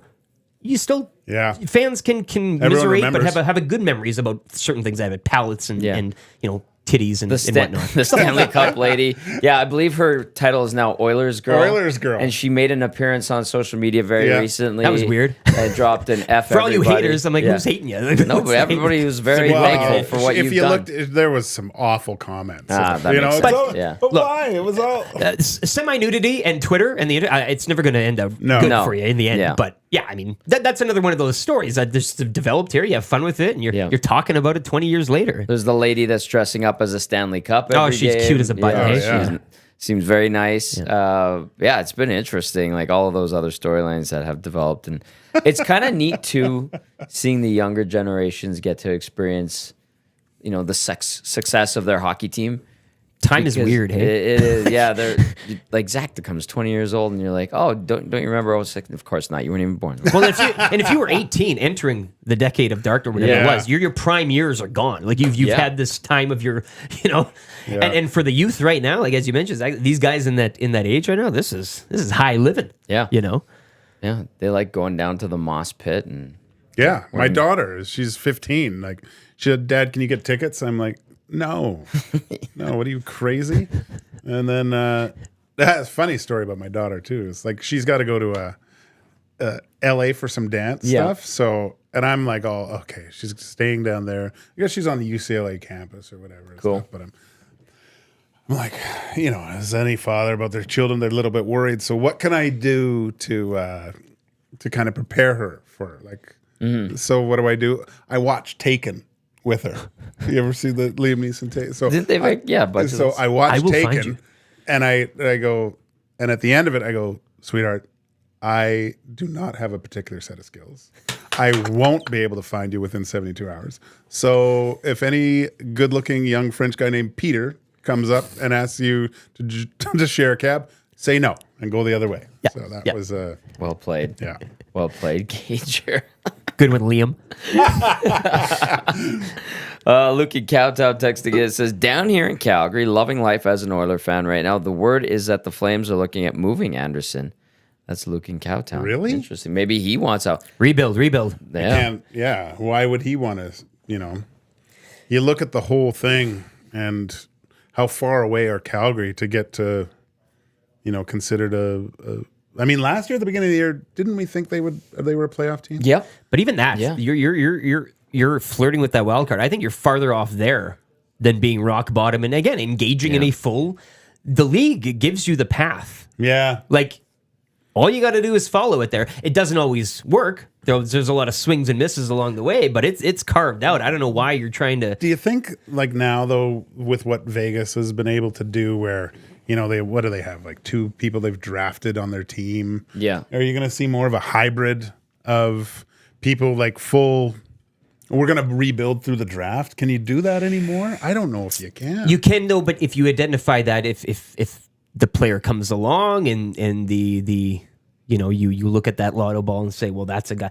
Some drafts you don't. I mean, it's all timing too in sports. But I think if you're looking to rebuild, you kind of got to look and see what the options are down the road here and how you can position to get a hold of those things. But the Vegas model is good too. But then again, you need somebody with an astute. Yeah. I mean, Vegas is cutthroat. well, That and you look owner's at like, you need to be good every single the year. owner, working the cap. Yeah. I mean, we can all get mad and frustrated at that, but that's just astute management. And I don't know if Conroy and the Flame, like, Well, they're going to lose Marchessault, it looks like, right? Like that's that's a big one. They told Mantha he's not coming back. Not that he did much. He was a healthy scratch in the playoffs for them. that guy never panned out. Hey? No, and all the tools. Wino covers the Caps day to day, and he's like, yeah, they made that trade for him, and they thought that he was going to be really good, and he has all the tools, and it just never clicked. Yeah. Which is too bad because you look at that and the potential guys like that. But you look at his some of the goals he scores. Are just ridiculous, right? They're not just going off their butt. Like he's dancing guys and he's roofing like it. Yeah, 6'5". he's huge and so it looks somewhat physical. Like it was always when he was with Detroit. I was like, wow, he found another gem here. So didn't work out that way. That's for damn sure. Let's go to Brent texting in and says, this season I believe the Oil had played the most or upper end for a number of preseason. Do you figure next season they will dial that back for a bit more time off? No. They like those home dates, and they like to make as much money as possible. So what they will do, and I haven't asked anybody, but this is me knowing them, they will still schedule 8 preseason games, but they will just play more guys and keep more guys up from the minors for like those extra couple of games. And as then they let should. the guys have and you'll breaks. pay for it. yeah, You will pay full will pay- dollar for it. whoever's back next year, if they play more than 2 preseason games, I think we should riot. Like I would riot. I'd strike as a player. Jeez. No kidding. Jasmine texting and says, do you guys know anyone flying to Florida for Game 7? Did they get their tickets yet? Are they going regardless, even though Oilers in 7? I haven't seen or heard anything. I know there's that German guy that said after 06, if the Oilers ever made it to the Stanley Cup Final, he would go. So he's been in Florida, and he's been going between Edmonton and Florida. Lucky. It's probably costing a pretty penny to do it. And you got to make your word. I mean, if Well, anyone that 20 went years to here. games 1 and 2, don't go for Game 7. So. Yeah, right. So I haven't. If anybody is or knows of anybody, text us 780-218-9999. This one out of Calgary says Kane out, DeBrusque in, but that no trade clause for Kane is a challenge. But there's always What do you guys LT. think of the no trade clauses? Too many of them. I just, Yeah, player power, hey, or whatever. Yeah. But I think they should be reserved for a select few. They used to be. Yeah, but everyone and their dog has a no trade clause now. Modified no movement clause, 10 team list, 15 team list. Yeah, it's Wow. interesting. It's like almost like a hook that teams use to kind of cement these deals, Yeah. basically. And agents too. To an Agents, extent. use that. a Coach Mike. sweetener, if you will. Yeah, sweetener. Coach Mike texts in, says, I'm hearing too much of this. Florida dominated the end of Game 5. After OEL made it 4-3, Florida outshot the Oilers 6-4. They only had 6 shots on net in the final 15 minutes. Tommy, tell your media colleagues to stop parroting this talking point. Oil in 7, Coach I think Mike. they caught, like the Oilers, they had that stat up of puck possession time. And it was like that last. It was like 27 minutes each, Yeah, right? but Florida had the puck. Yeah. They caught the Oilers. Right. In that last 5 minutes. So I think they took the play to them. The Oilers kind of backed off a little bit, of course. But no, they're good teams. If you're looking at a positive from an Oilers standpoint, when Florida was starting to shift and take the momentum, they kept them to the outside. There were a couple I good guess. shifts That's- too that they had after Yeah. that nullified the momentum. Good point. I was so I where my daughter dances. There's the Newcastle Pub and Grill Yeah. across the thing. Oh, yeah. Is that Castle Downs? No. No, it's Capilano kind of. I Oh, guess yeah, whatever. okay. Yeah. So went into it's great bar. Live music too sometimes. Nice. It's pretty good. Sometimes. But it was funny because there was a guy. I love Oilers fans. There was an old lady there. My wife came and joined me, and we were trying to guess what her name was. I said it's Rosemary because she was a little bit older, but she was like hiding behind the pillar of the like. There's multiple TVs, and she had her head down looking. And the guy next to me just expletive after expletive when the puck was in our own zone. Like, and then the best was the end of the game. The game's over or whatever, and they're coming up the ice to Florida. And the guy was like, "Effing kill him!" Poor Rosemary there. Yeah, he was. It was classic, but no, it's a good place. Great pizzas at that place too. The pie? I don't Yeah, mind the pie. yeah, no, it's but it's and again, like it doesn't matter where you are in the city. This is why I think Edmonton fans are more deserving of a Stanley Cup than Florida. The whole bar starts high-fiving afterwards. Yeah. You know, like all these people high-fiving and everything. And so it was great. It was a lot of fun.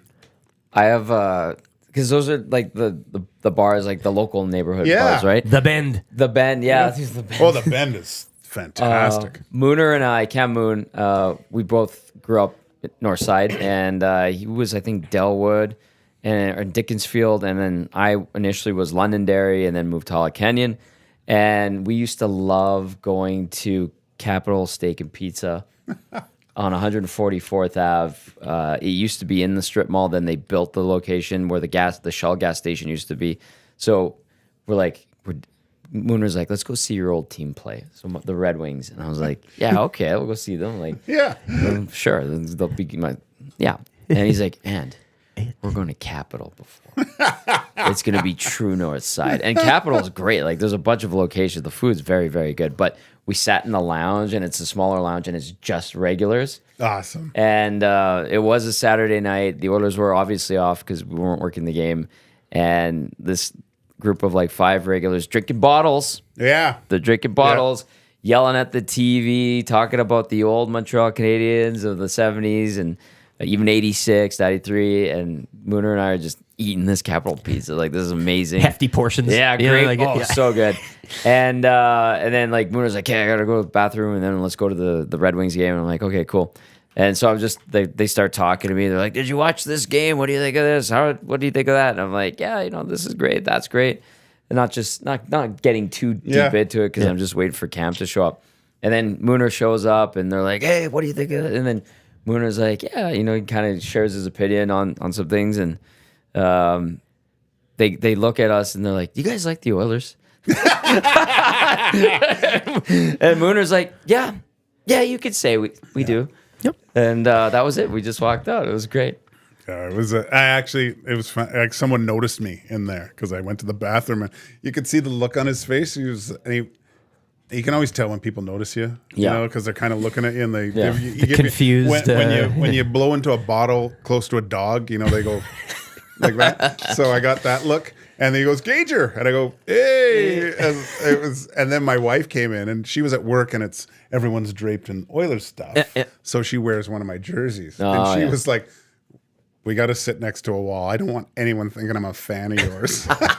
Yeah, that's a unicorn jersey to see in the wild, eh? Yeah. Then she gets it all the time. Who's the best? So, I don't know if I'm supposed to tell the story, but it was kind of funny the way my wife, because someone came in and complained or whatever, and it was a guy, and he was complaining about whatever, swimming and stuff. And so my wife was dealing with him, and then so she's wearing the Oilers jersey, and then so she gets him calmed down. Everything's okay, and then so she turns around and he goes, "Gage, vintage."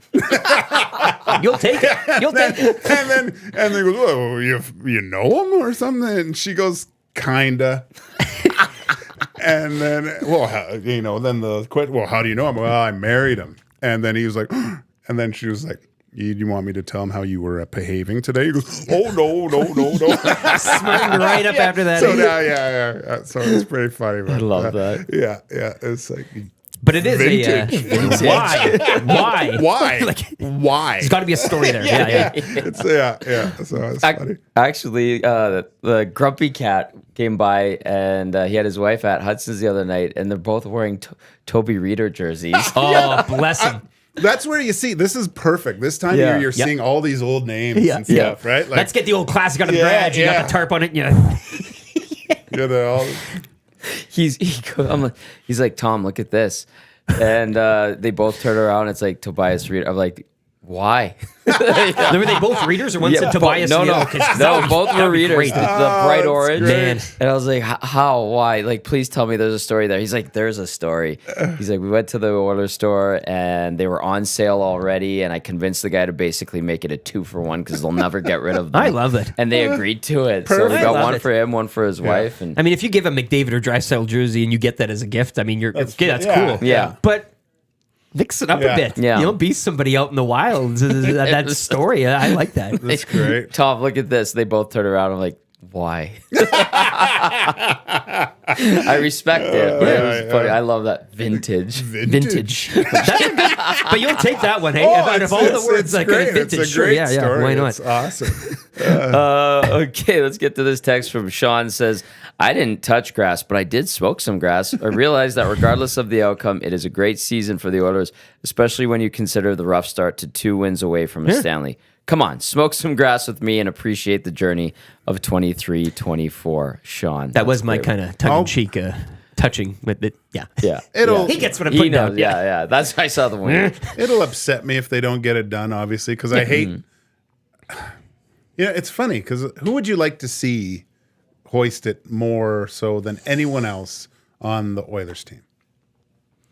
Well, Sam Gagner, Yeah.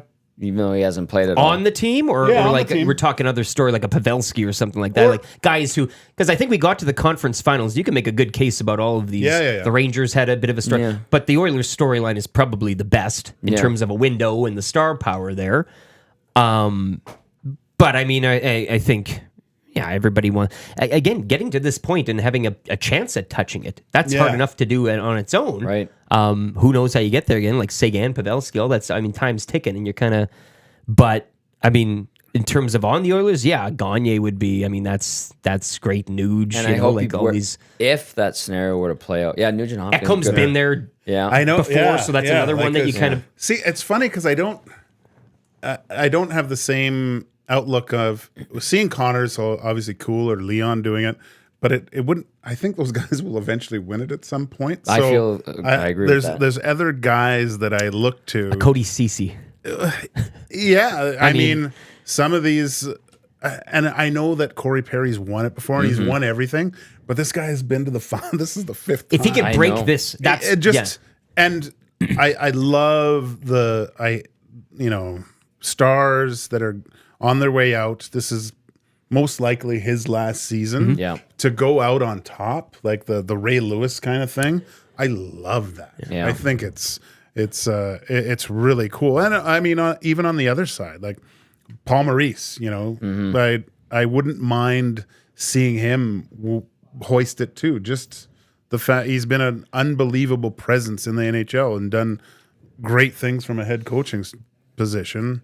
I hate seeing guys that go through their whole career, great players that I think deserve it, never hoist it. And that's like the Panthers too. You mentioned Maurice. I think maybe you could make a case for Bobrovsky, maybe. Yeah. But like Kyle Okposo, I know that he's been, but you know what I'm saying? It doesn't carry that cachet. I mean, if he was here for a portion of his career, probably it would feel different. But, But a kind of cool little documentary on him and his what he had to go through. But again, a story there in his own. But it just from a neutral point, I guess you see him and you're like, okay. But how good is this Drive to Survive thing going to be if Connor pulls this off? Question about that, because it's insane. But like his demeanor right now, and even Leon's to a certain extent, like he just no emotion. Oh yeah. What do you think that is? The Max Verstappen? This is like I don't know how the much front handling's shit. Yeah, I don't know how much you're going to get out of it, but if they can kind of get close to what it could be, I think it'll be. It's going to be must. Win or lose, though, you keep the cameras rolling. Mm-hmm. That's this is the season as I said. the storylines and then leading into next. If they don't get it over the line, would just be an extended version of it all. But yeah. You're right. I mean, that'll be good. Great time to turn the cameras on for this. There's so many cameras around there. You're like, what documentary is that? Where the hell are those guys from? Like, it's unbelievable now. But you brought up the captain's skate too earlier, and look at how much time has elapsed from then on, and then the story you could just write from the start and everything. Was and it the streaks? August 1st? They were. It was mid-August. I'm pretty sure. Like we're rolling up on almost 11 months here. Wow. Seriously. Coaching change. Yeah. Streaks. Bad start. Yeah. You think Woody gets the job in Columbus? I don't know. I from what I understand, because again, there's so many people and a lot of hubbub and talk. The shine has worn off a little bit, and there's some other candidates that are kind of getting more mentions. And I don't know. I think he deserves another shot, to be honest. But I think he lands somewhere. I think so too. Yeah. I was thinking, if him and McClellan both become associate coaches. That'd be wild. That'd be crazy. Why not? Two guys that have worked together before. Yeah. I don't know. Yeah. That sounds like fresh thinking. Don't like that. We don't do that in the National Hockey League. Jasmine follows up. I bought tickets to Game 7. I'm struggling to see if I should book my flights today or wait until after the third period tomorrow, even though I believe. Yeah, Jasmine, like listening to Wino, like trying to figure out and coordinate getting down to Game 7. And you got to go through the T-dot, do you not? Like that is Toronto that's a place. Some people are doing Orlando on Saturdays, I believe, is the direct from Edmonton. It's like the Disney flight. That might be an option. And then hopping on the Brightline train that goes like 200 miles an hour. That's cool. Yeah. Cool. Better than having to deal with Pearson. Yes. So I hear. I mean, Dreger tweeting yesterday, there's a madhouse in there. Chicago can be a disaster. O'Hare can be lots of delays out of there. So it's too bad it's not Europe, because if this was Europe, you just go to the train station. Probably take like 4 days, but still, jump on a train and be there. Yeah. Drink while you're on the train. Eat. You're going through mountains. Not thinking. Oh, man. That would be fantastic. I want to do that one day. Let's go to some more text. 780-218-9999. It is the Hangout. Tom Gazzola, Joaquin Gage, and Lieutenant Eric here on EST. Hollywood Hard Ticket texting in says, decent steak sandwich at Newcastle as well. Great place to grab 14 pints. Oh, that's the pic you sent me too, that you're at the... Yeah. That looked good. See, I'm getting all these... I've just went there for bar food. The pizza was really good. Bar pizza. Yeah. I like bar pizza. It's like what I... But good portion, hey? Like, it's I just got the small, kitchen. and my wife and I, there were still 2 pieces left. Yeah. Beer's always fresh. You You get the one there's no bubbles or whatever. It's Yeah, always I hate fresh. that. A dead beer, man. Dead beer sucks, Had the wings, tons of different styles of wings. But I saw a couple. It was actually taco night, but massive hard shell tacos. So not just the soft, like With the little tortilla and a little bit of stuff on there. This is like they're packing the shell. Those are messy. Good. I know, but They're frustrating to eat. it's Yeah, so- you eat them, and then you got a taco salad at the end. You got That's a good point. It's funny because I've frequented this place a lot more, and I was always because my daughter dances across the parking lot, so I'm.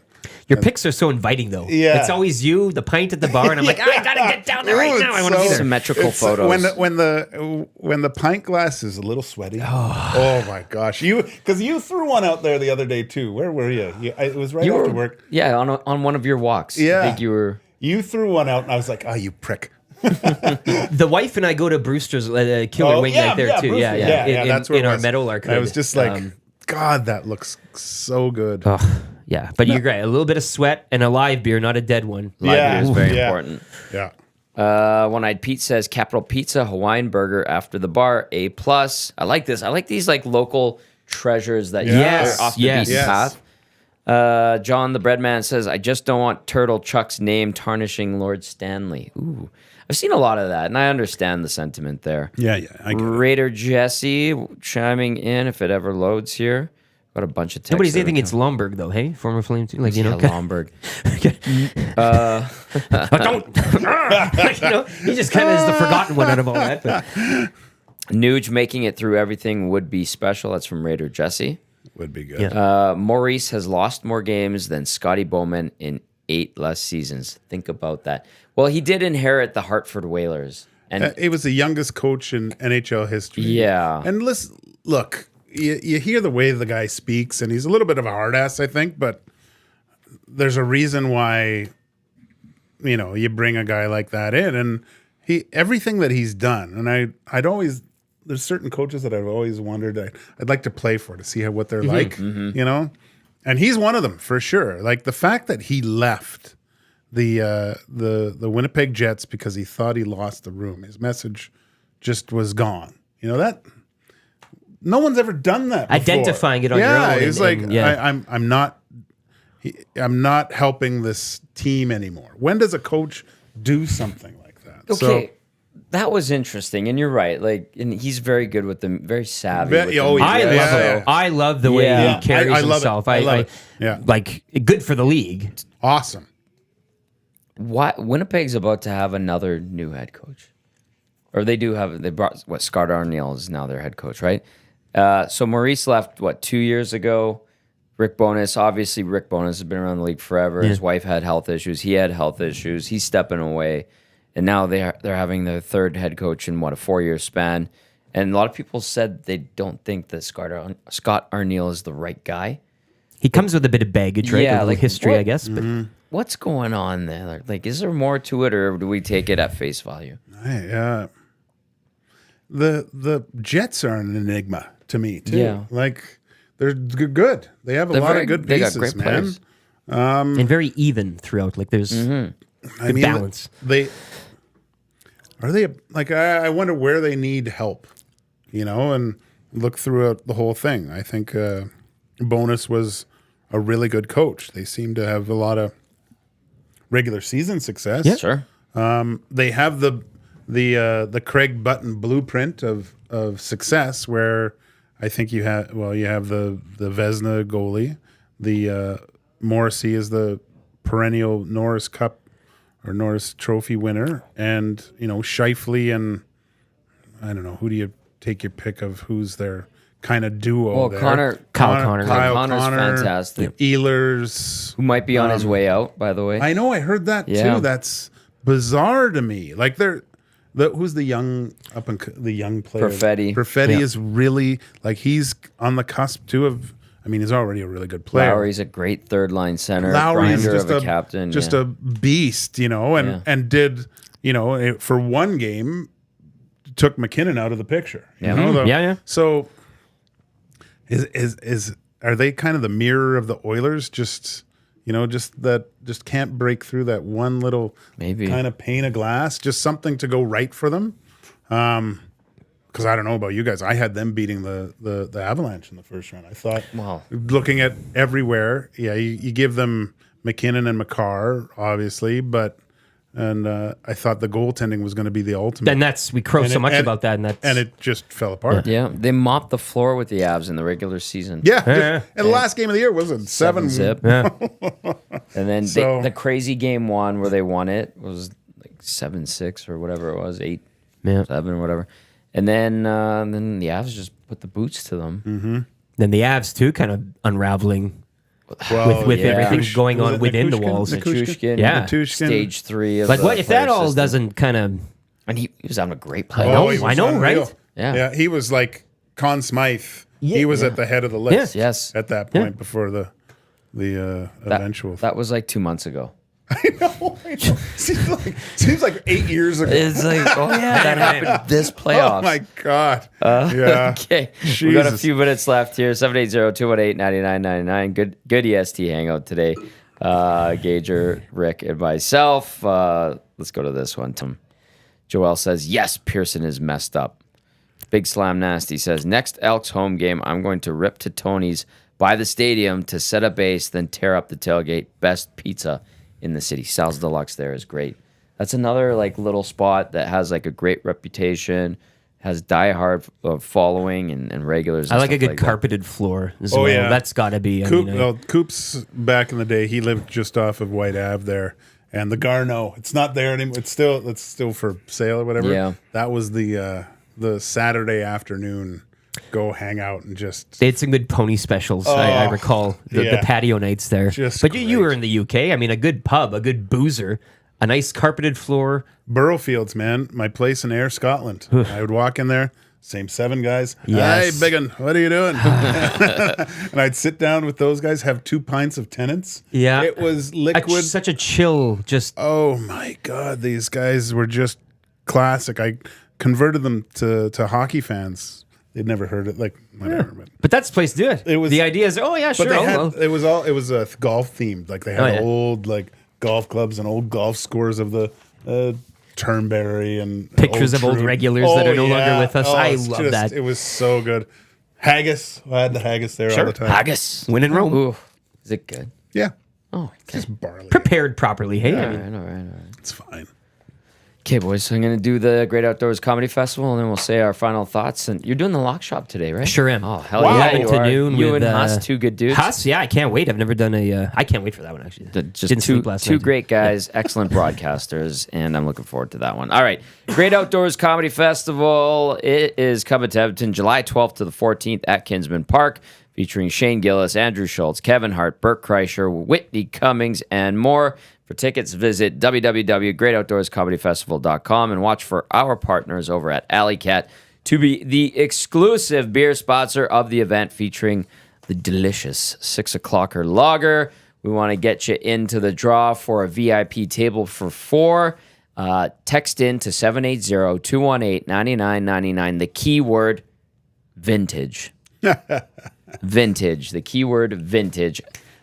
Gager's jersey, his lovely wife Megan wearing it, and the guy chirping about swimming, and then sees the Gage jersey, goes, vintage. Would it be something? Oh, big Formula One fan, are you? Like, you would have just melted on that. Oh my gosh, yeah. So good. Vintage, the keyword, 780-218-9999. Rick, thank you for stepping up. Thank you for having me. You were fantastic as always. I love the You've got a hangout. long day of work today, but you're crushing it like you always do. It's all fun. Gager, you and I are back on 2 Guys and a Goalie. I'm looking forward to that. Absolutely tremendous show. Any final thoughts, boys? The traffic can suck it, right? Yeah. Pick up those cones. If you're not doing the work, pick up the cones. Yeah. Or don't lay them down. Align the schedules. Yeah, let's work together here, right? Yeah, hand in hand. Lovely. That's going to do it for the Hangout, brought to you by 2 Hoots. Hard iced tea. Don't give just a hoot, give 2. For Gager and Rick, I'm Tom Gazzola saying ciao for now. We'll see you in a bit. Let's go. There you go, right in front of the camera. First-time guest, long-time listener, fan of the original draft commissioner. Welcome to the EST Hangout presented by White Claw Hard Seltzer. The difference is clear. Matt Iwanek, Tom Gazzola with here. Joining us today,